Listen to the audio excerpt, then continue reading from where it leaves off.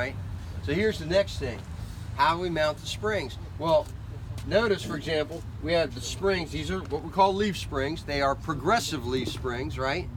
Because let's face it, these things aren't always loaded down. They might be loaded down with, you know, bales of hay and all kinds of junk during the day, and then after 6 o'clock, they're picking the kids up from the birthday party at the Pizza Hut, right?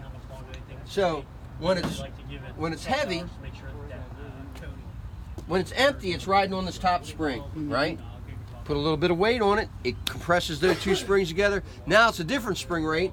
Now it's running on those two. You put a lot of weight on it and squish it down, then it runs on this little short one right here. All three of them are engaged. So you got strong, stronger, and strongest. When it's empty, it's comfortable. When it's loaded, it's capable. And that's why, you know, nobody's got enough money to have a sedan and a truck.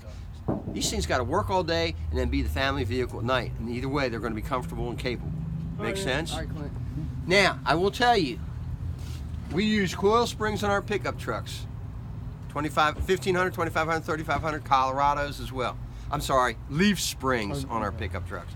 We use coil springs on our SUVs. Tahoes and Suburbans use coil springs.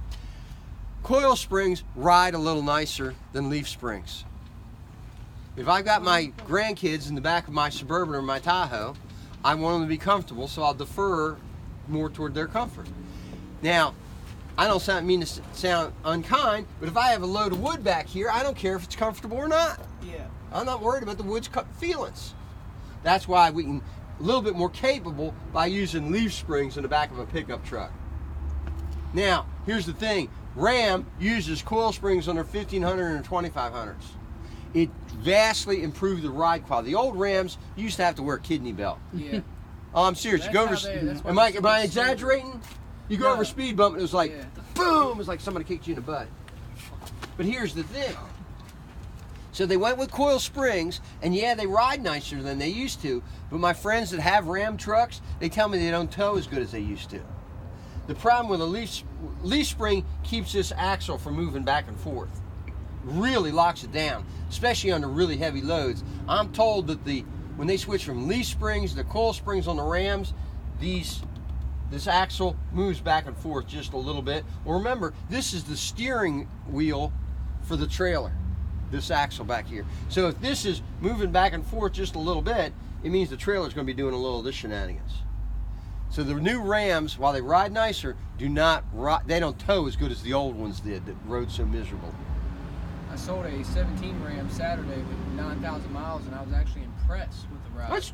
Ride's pretty nice. Yeah. They just, and to be honest with you, if somebody doesn't tow, it may not matter to them. Yeah. But yeah, they don't tow as good as they used to. All right, you with me so far? Yep. You hanging with me? I'm hanging with you. Have you had a pickup truck or anything? Did you ever drive own a pickup? I owned a painting company. We had lots of pickup trucks and I'm preaching to the vans. choir. I am preaching to the choir. All right, you know all about trucks. You're not a rookie. Well, no, I don't know. Like I know. I know. Well, you know what though? You know the important part. You know it as a customer knows it. All right. Let me ask you this though. Yeah, sure. What is it on our trucks that I hear from everybody all the time that we use on our front suspension that Ford and Dodge guys don't agree with? They think there's something in our front suspension. I hear people say all the time that it's not meant for a truck, and that's why ours rides so smooth. I have no idea. You don't know what I'm talking about? No, I don't. Electrically assisted power steering. Coil over shock or something like that, or I've heard it from my head.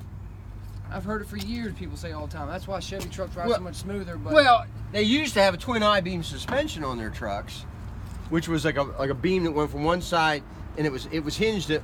In other words, the left wheel was hinged on the right frame, and the right wheel was hinged on the left frame, and so they kind of did this. It was like a solid front suspension that had been cut in half. They got rid of that though years ago, because if you look, I mean, there's the front end of it. The Ford's got a fully independent front suspension on it. Is that what we have? Yep, and well, I'll get to that in a minute. So, here's one of the differences though.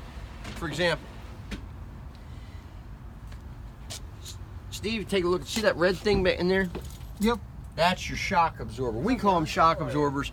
If you're from England, they're called dampers, you know, energy damp. Because what they do is they absorb the energy that gets stored in the springs. If you didn't have those things on there, the truck would still sit there, but when you hit a bump, it would boom, boom, boom, boom, until the spring ran out of energy. So they don't really support the truck. They just absorb the energy in the spring, keep it from bouncing. So you notice where ours is. Ours is inside the frame rail, where it's tucked away, where it's going to not be susceptible to road damage. If you're driving off-road and this gets all filled up with mud and junk, and you're driving over leaves and debris and maybe some twigs and limbs and stuff, it's much less likely that the shock absorber is going to be damaged inside. Look where Ford puts it.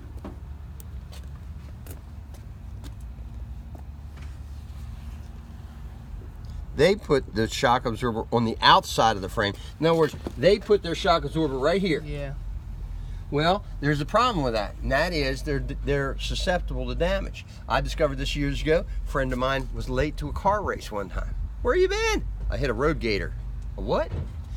Big chunk of truck tire laying out in the road, looked like the back of an alligator. He's like, he got his race car. Oh, I can't steer around. Whap, right? Comes up, does one loop through here, hits his shock absorber, and bends the crap out of his shock absorber. We ended up finding him in a new shock absorber like 10 o'clock at night. So here's the deal. Ours is tucked up inside there where it can't be damaged. Less likely to be damaged, that's for sure. Now, we put our shocks to the inside and our springs to the outside. Ford does just the opposite. They put their shocks to the outside and their springs to the inside. Why do they do that? Well, I don't know. Because they say improves ride and handling. But here's the thing. What supports the weight of the vehicle is the springs, not the shocks. Put your feet together about, yeah, there you go. And I'm going to bump into you. Ready? Mm-hmm. Now, put your feet about, there you go. Now I'm going to bump into you. Like hitting a brick wall. You're a solid fella. Simply by having the springs a little further apart, a little bit of stability. Mm-hmm. And well, that's not an engineering thing, but it's, you can bump into the customer a little bit. Do the same thing I did. That's crazy. I didn't know that either. I hadn't noticed that you can see their shocks. Yeah. Yeah. I've noticed that. I mean, the other thing is, to be honest with you, I always drove me nuts is this shock perch, it's only attached on one side. On ours, when it's attached on both sides. So I think ours are, you know, what it anchors to is a little bit more stout. But that's the thing.